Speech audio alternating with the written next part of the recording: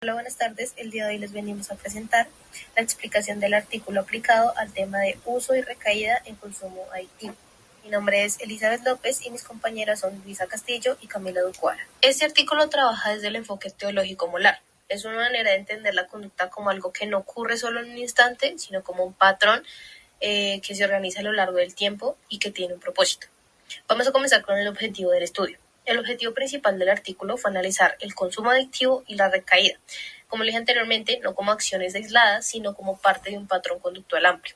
En vez de decir la persona consume porque el estímulo la llevó a eso, el enfoque teológico propone que la conducta se entiende mejor cuando miramos a qué fin responde. Es decir, la pregunta no es solo qué lo hizo consumir, sino qué propósito cumple ese patrón de consumo como tal en su vida. Por ejemplo, aliviar malestar, buscar estabilidad o como tal lograr una sensación de calma. Seguiremos con el diseño del estudio. El diseño del trabajo fue principalmente teórico y analítico. Los autores tomaron investigaciones previas sobre consumo y recaída, especialmente desde la economía conductual, y las reinterpretaron bajo la perspectiva teológica. En lugar de enfocarse en respuestas inmediatas, observan cómo las decisiones relacionadas con el consumo se distribuyen en periodos más amplios y cómo todas estas decisiones forman un patrón coherente, pues con un fin. Por eso se llama análisis de causa final, porque lo que guía la conducta no es solo el estímulo del momento, sino el propósito general hacia el que se dirige. En el artículo se menciona la causa eficiente. Esto es que la conducta se entiende como algo que ocurre por un estímulo inmediato y una respuesta inmediata. Para explicarlo mejor, pensemos en este ejemplo. Un muchacho se siente muy mal emocionalmente, ansioso, triste o abrumado.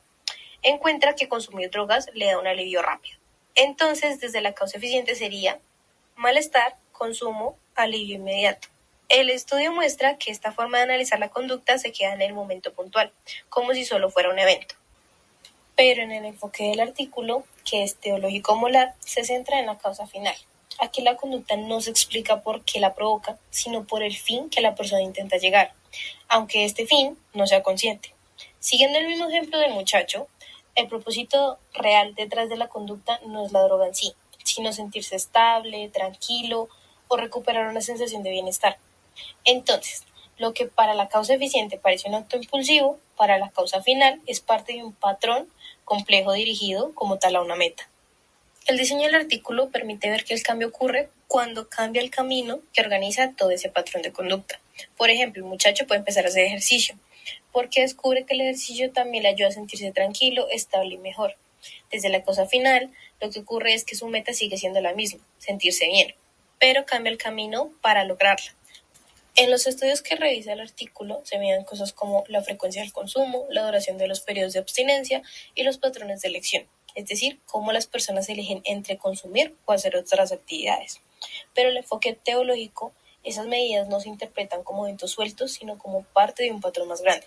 Lo importante no es solo cuántas veces consume, sino cómo estas acciones se van organizando en el tiempo y cómo todas apuntan a un mismo fin.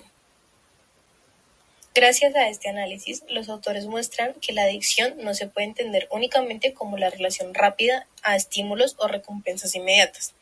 La recaída tampoco se ve como un simple fallo, sino como una parte del mismo patrón conductual orientado a un fin.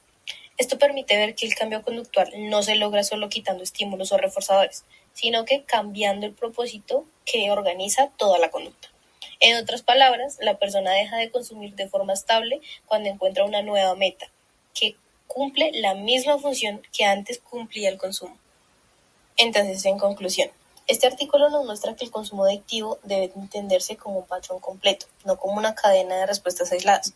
La conducta tiene un fin, una dirección, y analizarla desde esta perspectiva ayuda a comprender muchísimo mejor la recaída y también a diseñar intervenciones que realmente funcionen. También queremos saber por qué se evidencia el conductismo teológico. Este enfoque explica que las personas no actúan solamente porque algo las estimule, sino porque hay un propósito detrás de sus acciones. Esto demuestra la idea central del teologismo. La conducta tiene sentido solo si se observa dentro de amplios periodos de tiempo y orientada a metas. Por ejemplo, en el caso del consumo adictivo, usar sustancias o recaer no es simplemente un impulso. Son conductas que buscan lograr algo, sentirse bien, aliviar el estrés o escapar del malestar emocional. Primero, la recaída no se interpreta como un error o un retroceso, sino como parte del mismo proceso de comportamiento que sigue una finalidad.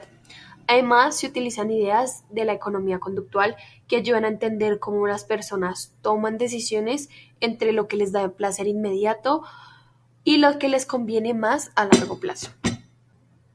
Cada acción que realiza la persona, como consumir, resistir, recaer o pedir ayuda, tiene sentido dentro de su patrón completo de conducta. Nada parece aislado, todo está dirigido a un objetivo, así sea momentáneo.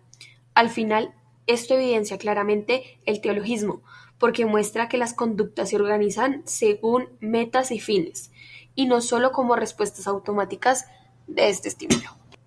Finalmente, el enfoque teológico permite entender el consumo y la recaída desde una perspectiva más amplia. No se trata de juzgar la conducta como buena o mala, sino de comprender qué está intentando lograr la persona con sus acciones. Y esto permite diseñar intervenciones que se centren en cambiar las metas del individuo, ayudándolo a orientar su vida hacia fines más sanos y duraderos. Esto ayuda a ver el comportamiento adictivo como parte de un proceso donde intervienen metas, estados emocionales, decisiones y necesidades personales. En conclusión, el estudio evidencia claramente que la conducta humana se orienta a fines, no solo a un estímulo inmediato, y por esto encaja dentro del conductismo teológico. Analizaremos cómo han evolucionado los modelos conductuales para explicar el uso y la recaída del consumo adictivo. Revisaremos qué se mantiene, qué se transforma y qué se abandona cuando pasamos del conductismo radical al conductismo mediacional. En este video analizaremos el análisis de la conducta adictiva ha sido históricamente dominado por perspectivas conductistas, pero ¿cómo ha cambiado esta explicación desde el conductismo radical hasta los modelos contemporáneos? Una de las principales continuidades entre ambos enfoques es la importancia del análisis funcional. Tanto para el conductismo radical como el mediacional, busca entender la función que cumple el conductismo dentro del entorno del individuo. En el conductismo radical, el consumo se explica como el resultado de contingencias de reforzamiento, alivio, placer, reducción del malestar. En los modelos contemporáneos, incluyendo la economía conductual, el consumo se analiza como la asignación molar, es decir, cómo la persona atribuye su tiempo y el refuerzo en distintas funciones reforzantes. Es decir, ambos modelos mantienen la metodología observacional, experimental y cuantitativa. Sin embargo, los análisis actuales incluyen elementos nuevos como la tasa de respuestas, el valor del sujeto al reforzador, el descuento temporal y el análisis del costo-beneficio a largo plazo.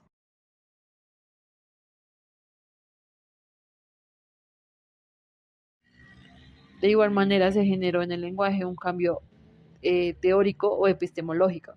El lenguaje cambió una perspectiva centrada en estímulos y respuestas hacia un vocabulario mucho más amplio donde incluye procesos mediacionales, metas, valor subjetivo o causas finales.